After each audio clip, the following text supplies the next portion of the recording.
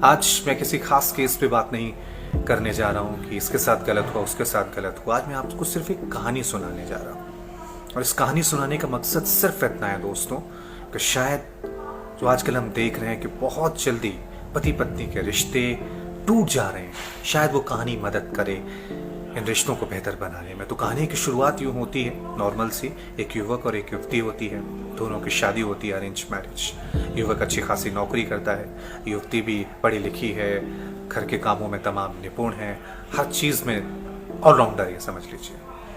पहली रात होती है उनकी और रूम में बहुत सारे ऐसे गिफ्ट्स रखे होते हैं उनके रूम में। तो फिर पत्नी कहती है कि चलो सबसे पहले गिफ्ट्स देखते हैं कि रिश्तेदारों ने हमें क्या क्या गिफ्ट्स दिए।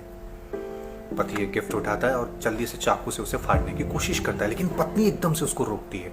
कहती है कि अरे चाकू से मत इस गिफ्ट्स को खोलो, ये मेरे मायके की तरफ से आए, मेरे रिश्तेदारों ने दिया है, थोड़ा प्यार से खोलो, कैंची लाओ, कैंची से खोलो। पत्नी गुस्से से थोड़ा तमतमाकर बोलती है पति को यहाँ थोड़ा गुस्सा हो जाता है कि तुम मुझसे ऐसे क्यों बात कर रही हो, मैं खोलूंगा तो चाकू से ही खोलूंगा, कैंची से नहीं खोलूंगा। बस इसी बात पे दोनों के बीच झगड़ा शुरू हो जाता है। एक कहता है कि चाकू से खोलेंगे, दूसरा कहता है कैंची से खोलेंगे। पूरी रात इसी तरह झगड़े में निकल जाती है और गिफ्ट्स वैसे के वैसे ही रह जाते हैं। तो उनके शादी का सफर की शुरुआत इसी तरह झगड़े से होती है। काफी दिन बीत जाते हैं, दोनों के बीच अनबन रहती है।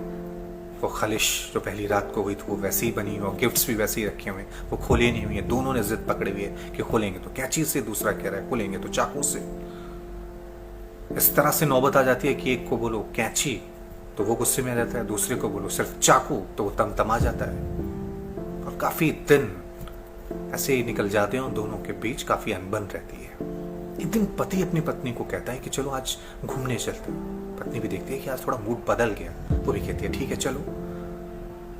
तो बीच नदी में अपनी पत्नी को नौका विहार के लिए ले जाता है। जैसे ही नौका में बैठता है, नाव बीच नदी में पहुंचती है, पति का रूप एकदम बदल जाता है और वो पतवार हाथ में लेता और कहता है कि आज तुम अपनी जिद छोड़ो और बोलो कि वो गिफ्ट्स जो घर में रखे हुए हैं, जो खुले नहीं अभी तक, वो खुलेंगे तो चाकू से खुलेंगे।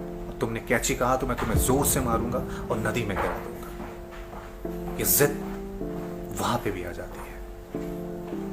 एक नया रूप पति का वो देखती है कि ये तो जिद यहां भी नहीं छोड़ रहा है। पत्नी भी अपनी जिद पे अड़ जाती है, तुम मुझे मार दो, डुबो दो, लेकिन वो गिफ्ट्स खुलेंगे तो कैंची से खुलेंगे। दोनों के बीच वहां पे झगड़ा शुरू हो जाता है। पति कहता है मान जाओ, जिद छोड़ दो, मेरी बात तुम्हें माननी ही पड़ेगी हर हाल में, मैं पति हूं। पत्नी कहती मैं क्यों मानूं, कैंची से ही खोलेंगे। पति जोर से पत्नी को मारता है और पत्नी को नदी में गिरा देता है। पत्नी डूबने लगती है, कभी ऊपर आती है, कभी नीचे आती है। पति फिर जोर से चिल्लाता है कि बोल दो अभी भी, मैं तुम्हें बचा लूंगा, तुम्हें तैरना नहीं आता, सिर्फ चाकू बोल दो कि चाकू से खुलेंगे। पत्नी कभी ऊपर जा रही है, कभी नीचे जा रही है। नीचे से जब वो ऊपर आती है तो जोर से बोलती है कैंची और फिर नीचे चली जाती है।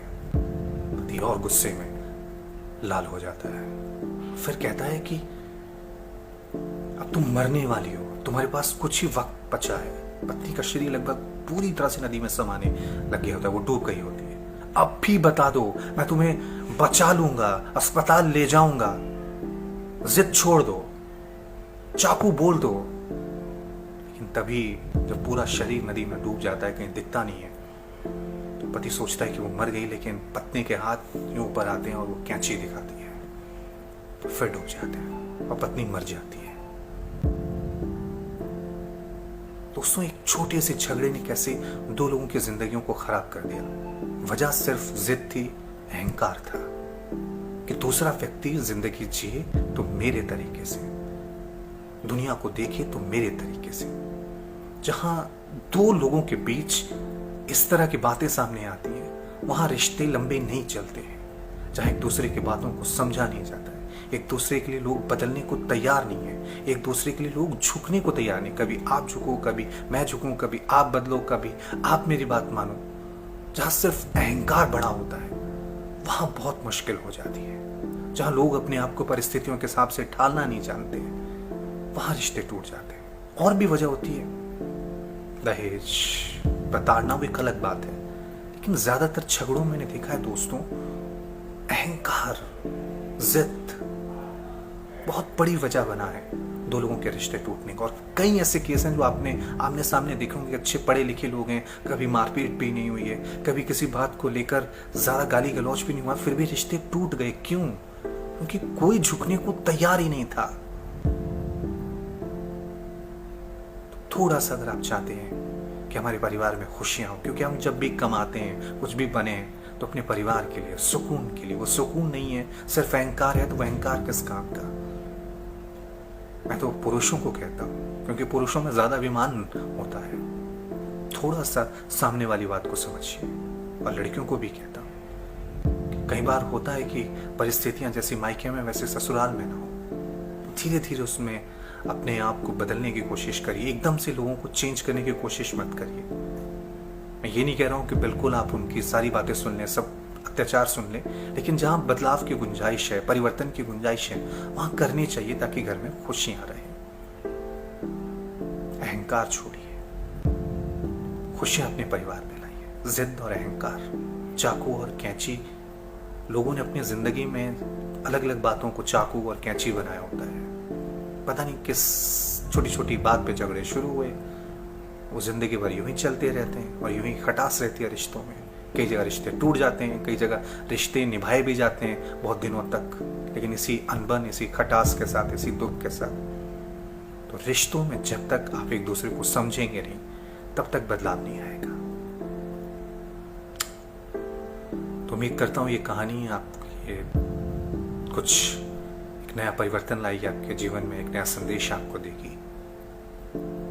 आपको लगता है ये कहानी लोगों की जिंदगी बदल सकती है, तो आप इसे शेयर करें, लाइक करें।